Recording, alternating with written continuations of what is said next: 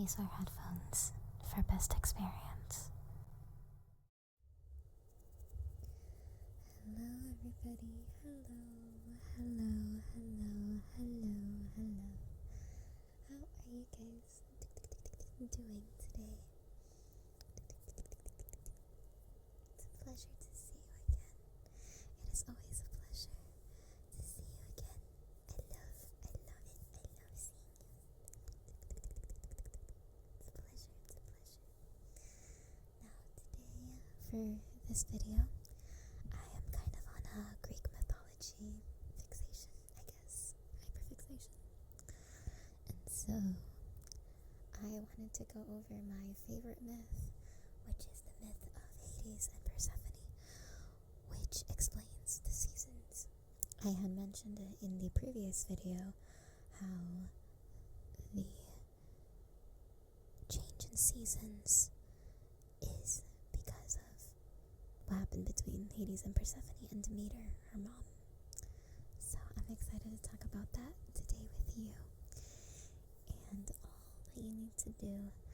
all that you need to do, my friend, my lovely little sleepy bug, all you need to do is sit back, relax, and enjoy this video.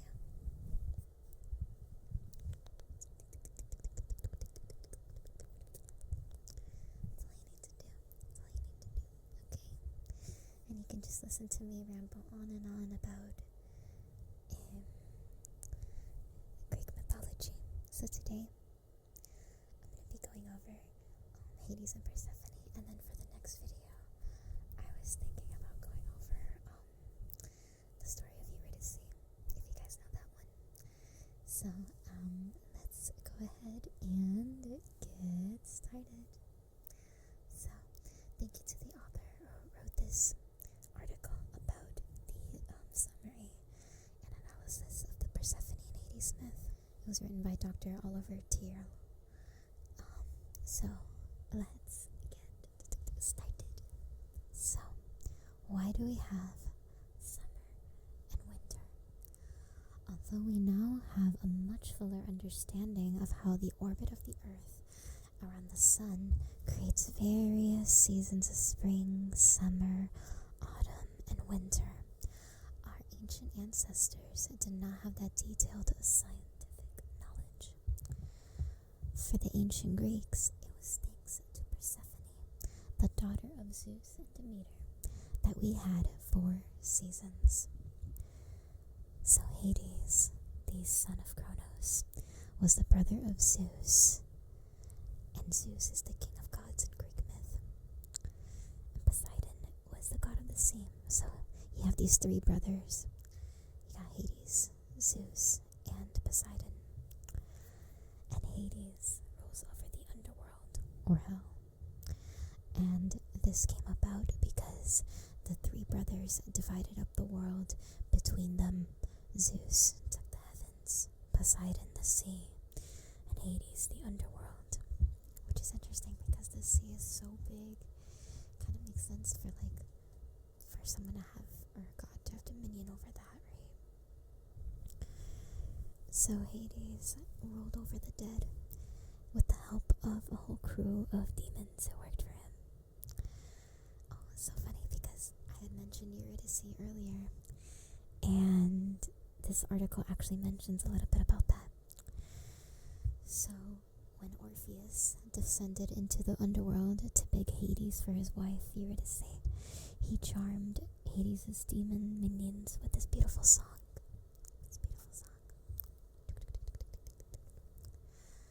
So Persephone, meanwhile, was the daughter of Zeus and Demeter, or in some versions, the daughter of Zeus and Styx. And Styx was the female embodiment of the river in the underworld. And Persephone was Hades' his niece. It was his niece.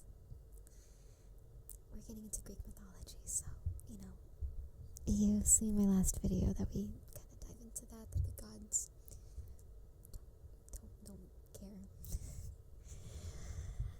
So,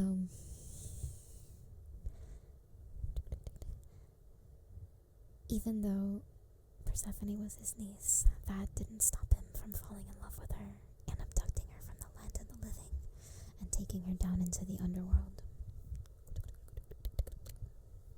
Now, I don't know if the article will mention this, but this story about Persephone being abducted was a huge comfort to the mothers and daughters of ancient Greece, because this was a time where people were getting really, they were invading each other, and with invasions you have people who are getting abducted, right? And some mothers would go without seeing their daughters, and so this was kind of like a comfort for them, that being like, oh, I'm not alone, kind of, and that there's this story about what I'm going through. And it's nice that that's not really happening in the modern day anymore.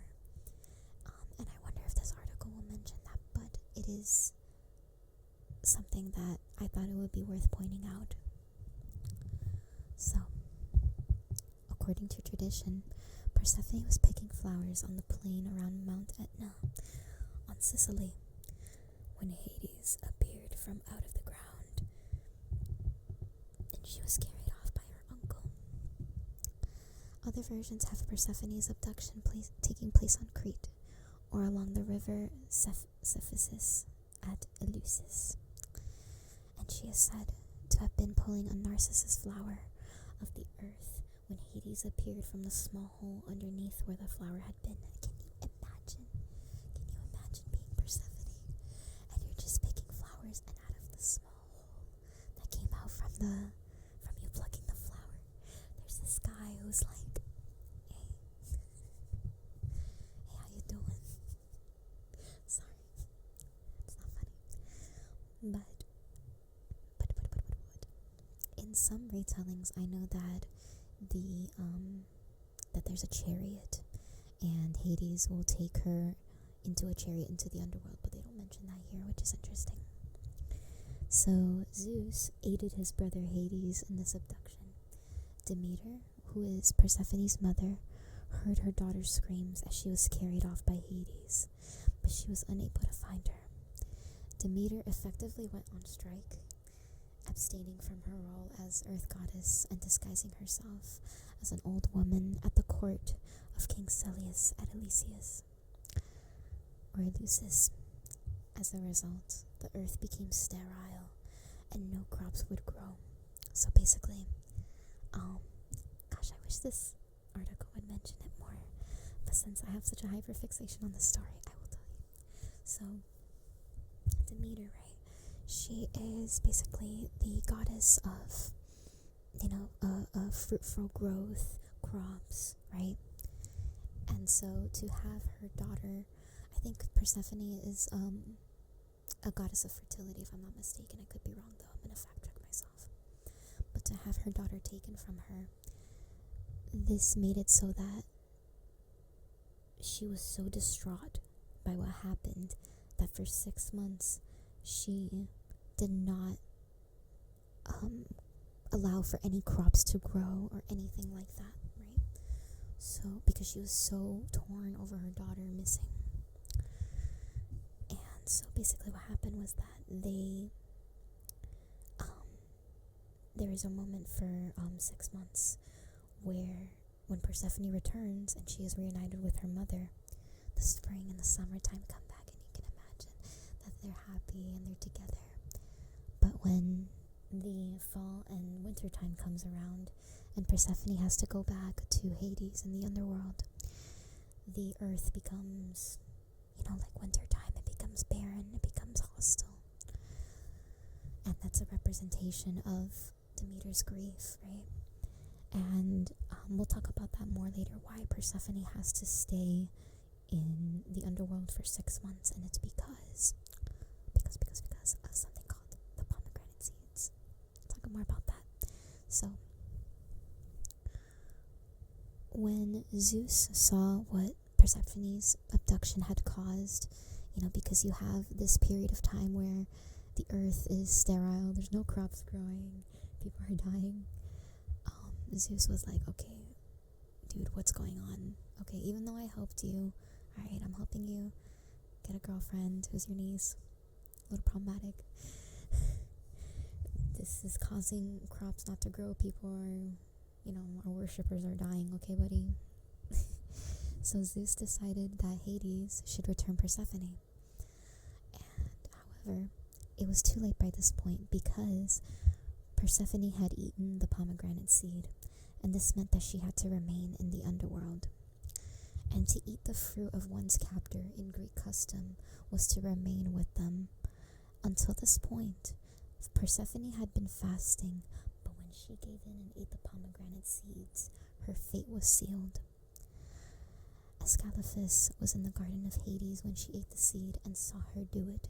Because this meant that she had broken her fast, she was condemned to remain and stay with Hades, especially after Ascalaphus went and basically grassed her up. Come on, Ascalaphus. But Demeter was adamant. She wanted her daughter back with her, and Zeus hit upon a compromise. So Persephone would spend half the year with Hades in the underworld and half the year in the land of the living with Demeter. Specifically, Persephone would spend the winter with Hades and summer with Demeter, and this would be repeated every year, thus explaining the origins of the seasons of the year. And I really wish that this article would talk about how much of a comfort that this story was to the both young and older women, right? Young women who were being abducted and then their mothers and how they would feel. I wish that it would talk a little bit more about that, because in ancient Greece, in a time where that's happening, that is something that gave them comfort. So this author then goes into a analysis about it. So basically, they say that this story at bottom is a vegetation myth, an attempt to explain the cycle of the seasons and why the reason why crops will grow in the spring and summer but not in the autumn and winter. And the story of Persephone and Hades was the Greeks just so it's because like that. It's just because basically, to explain why we have different seasons. And because she was connected to vegetation, Persephone's absence from the land led to the failure of crops, and everyone began to starve. In other words, while Persephone was with Demeter, her mom, it was summer, and the trees were in leaf, the crops grew, but when Persephone was in the underworld with Hades, all was winter, crops died, and the leaves fell from trees, and nothing grew. And Demeter is Persephone's mother, and she's the Greek goddess of agriculture, an earth goddess distinct from Gaia, because Gaia embodies earth itself. And Demeter was effectively the Greeks' corn goddess, which explains why her daughter's time away each year in the underworld led to crop failures. And Demeter withdrew her patronage from the earth, meaning nothing would grow whenever Persephone was absent from her. Mother Nature, if you like, withdrew into isolation and mourning for her lost or absent daughter. And in some myths, Persephone, who is thought to be derived in part of an old word meaning sheaf of grain, is named Kore or Kora, meaning the maiden. To the Romans, she was Proserpina. Her mother, meanwhile, was known to the Romans as Ceres, from which we get cereal, the word for grain, and a nice reminder of what Demeter represented to the ancient Greeks. And if you guys play Balatro, you'll know that Ceres is one of the planets that you can get. It's like one of the little special planets that you can get. But yes, that was the story about Persephone and Hades. So I have a quick little bonus, because I didn't know this in my research of researching Hades and Persephone, that Persephone had a bit of a thing for Adonis. And if you don't know Adonis, he was a very beautiful mortal man, and usually when you hear someone say like, oh, that man, he's he's like an Adonis. That means that he's beautiful and gorgeous. And so, what I didn't know was that apparently Persephone had met Adonis and also Aphrodite and Zeus. I'll talk a little bit more about that, but I actually had no idea. So let's talk a little bit about that. So I'm assuming that this is after Persephone became a bit of like queen of the underworld, but also, kind of has like that routine 6 months with their mother and then 6 months in the underworld, right? So Adonis was an exceedingly beautiful mortal man with whom Persephone fell in love with. And after he was born, Aphrodite entrusted him to Persephone to raise. But when Persephone got a glimpse of the beautiful Adonis, finding him as attractive as Aphrodite did, she refused to give him back to her. And this matter was brought before Zeus, and he decreed that Adonis would spend 1/3 of the year with each goddess and have the last third for himself. Come on, Zeus. You have a wife, man. But we all know in Greek mythology, Zeus does not care. So Adonis chose to spend his own portion of the year with Aphrodite, and alternatively, Adonis had to spend 1/2 of the year with each goddess at the suggestion of the muse Calliope. Of them, Alien, or I think their name is Alien, I don't know, wrote that Adonis's life was divided between two goddesses, one who loved him beneath the earth and one above.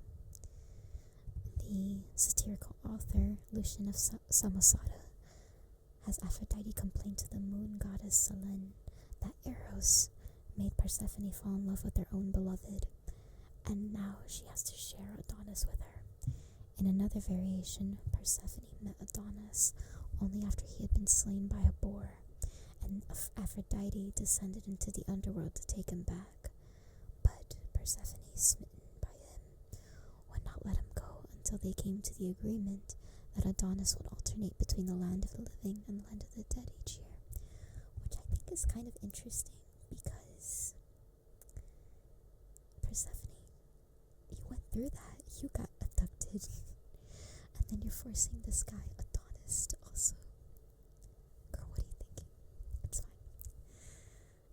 But it is interesting, and there was something else that I wanted to mention because it's kind of adjacent to Hades and Persephone, but you also have Mintha, which is I think where that Baldur's Gate character's name is from, Minthra, or I forget her name. But Minth was a naiad nymph of the river of Cocytus, or Cocytus, I'm not sure how to pronounce that, and she used to be a mistress of Hades, before Hades would take Persephone as his wife. And Persephone was not slow to notice when Minth declared her intentions to replace her as queen, and in jealousy trampled the nymph, killing her and turning her into a mint plant. And in another version, Minth had been Hades' lover before he met Persephone. And when Minth says, hey,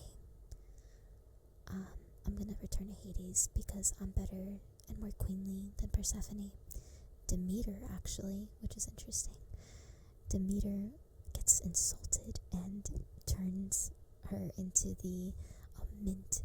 And I feel like with Demeter it makes a little more sense, because given that Demeter is the goddess of like crops and things like that, I feel like, if you make her angry enough, she'll just turn you into a plant, right? As opposed to like Persephone.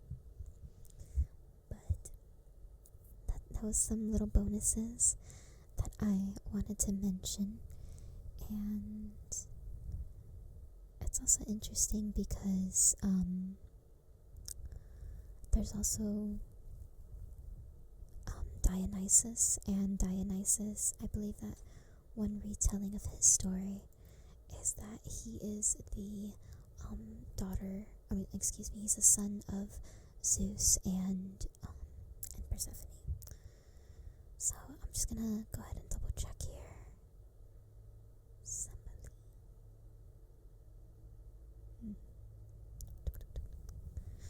So that's interesting. They say that the parents are Zeus and Semele. But I'm pretty sure that in some retellings,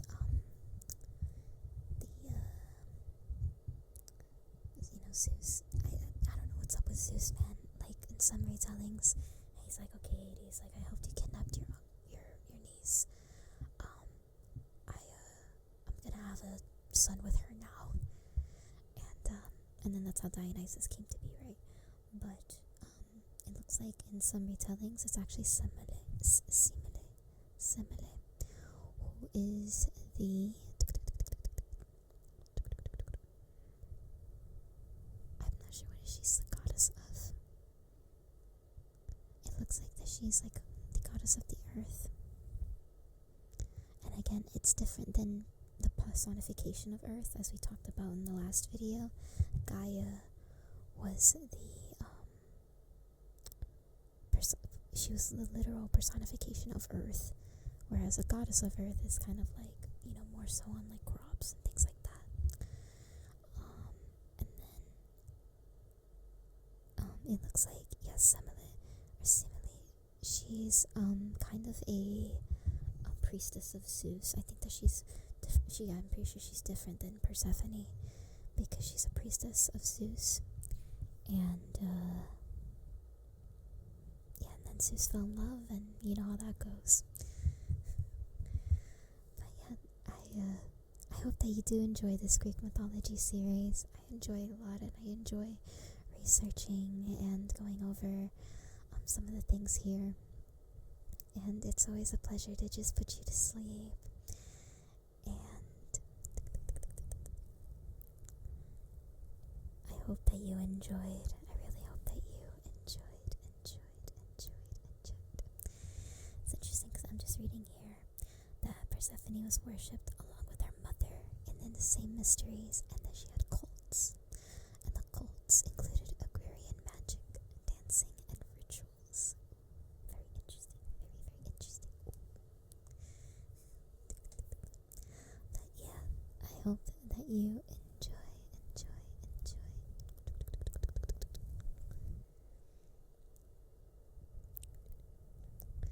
And I hope that you can sleep well.